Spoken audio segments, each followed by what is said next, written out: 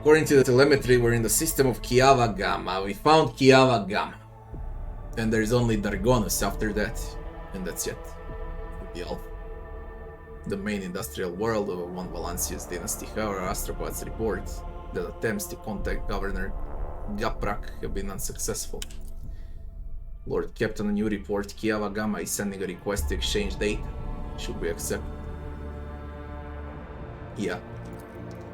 As you command. Lord Captain, interference detected in a compartment Vox system. Looks like the bridge is cut off from the rest of the voidship.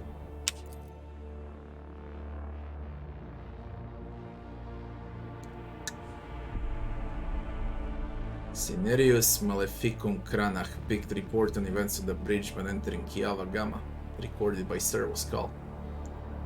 Start of picked recording. The voidship's bridge. Sounds of working cogitators and officers' footsteps.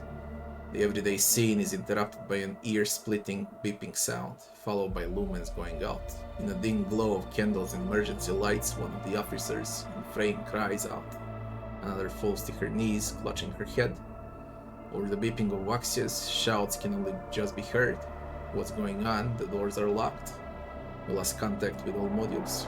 One of the bridge officers turns to the throne. Lord Captain, the Vox stations are malfunctioning and overloading the system. None of our outgoing transmissions are getting through. The incoming ones that do make it are distorted beyond interpretation. The Lord Captain gives the order to decipher the incoming Vox transmissions at all costs, continue sending orders from the bridge and request status updates from the other modules. Decipher. Proceed. A team of the decryption experts gets to work. Data tethers are inserted into sockets as they connect to the cogitators.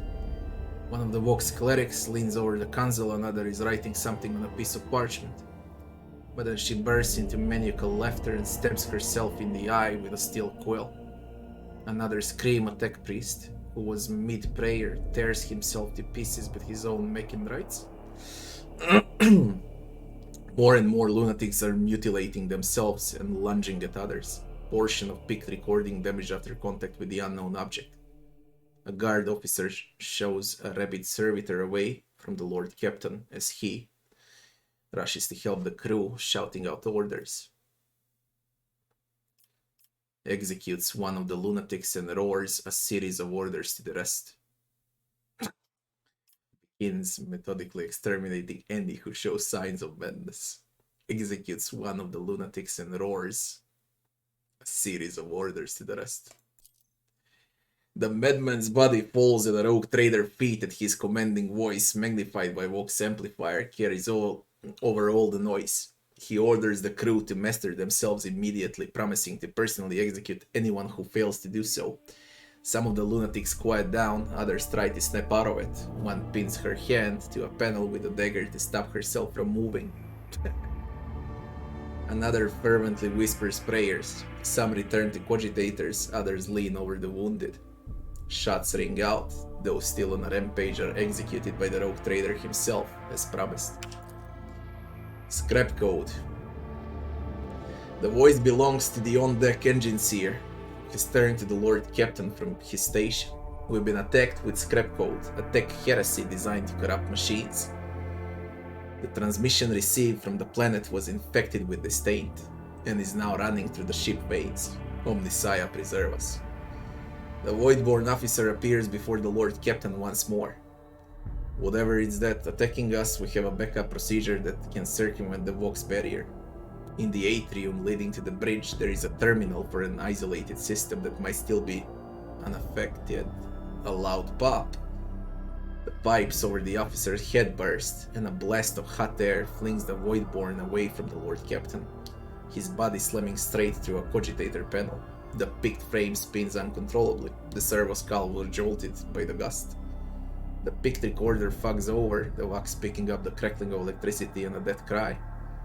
Guests on a bridge, a junior attendant shouts and instantly doubles over, inhaling the poisoned air. The rogue trader gives the order to evacuate immediately, commands the crew to carry on with their duties until the very last, runs for his life from the bridge, gives the order to evacuate, commands the crew to carry on with their duties until the very last. We do that. Headless to the gas spreading over the deck, the officers continue their flurry of work at other stations, executing orders issued by the Lord Captain. Even when the doors to the bridge are open, the crew carries on for as long as they can. Lest you leave the bridge, the Lord Captain runs out, coughing heavily. The rogue trader takes a few steps down the corridor and breaks into a coughing fit, undoubtedly a result of spending too long on the bridge. Splashes of crimson stain his clothes on the floor, and the Lord Captain shakes his head. The further the rogue trader walks into the atrium, the more unsteadily his footsteps become. The Lord Captain takes a moment to lean against the bulkhead, but then crumples to the floor, coughing up gouts of blood onto his chest. Several people immediately dash to the rogue trader's side. The rogue trader is taken to the Medicaid deck, where he is instantly surrounded by doctors. The crowd is so dense that the servo skull anxiously circles above them, trying to catch a glimpse of the subject of its recording. At last, the Lord Captain opens his eyes, dragged back to the consciousness by a cocktail of medications and biostimulators from several bags. A number of scarred junior officers promptly surround the bed. The ship is suffering devastating losses. The intermodule comms are still offline. The crew is terrified, Lord Captain. Eyes full of terror, bloodied uniforms, slumped shoulders, and these officers are the only link that the Lord Captain currently has to the world outside the Medicaid deck.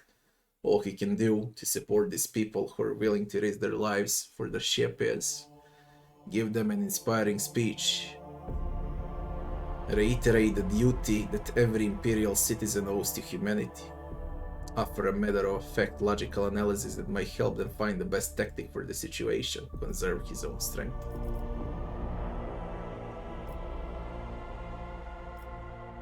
Give them an inspiring speech. Don't bug now. No. Thank God. The Lord Captain, buried under a mound of catheters, props himself up, taking breaths through a mask now, and then begins to speak of human tenacity, of the trials that the crew have already overcome and those that still lie ahead in their struggle to save the ship.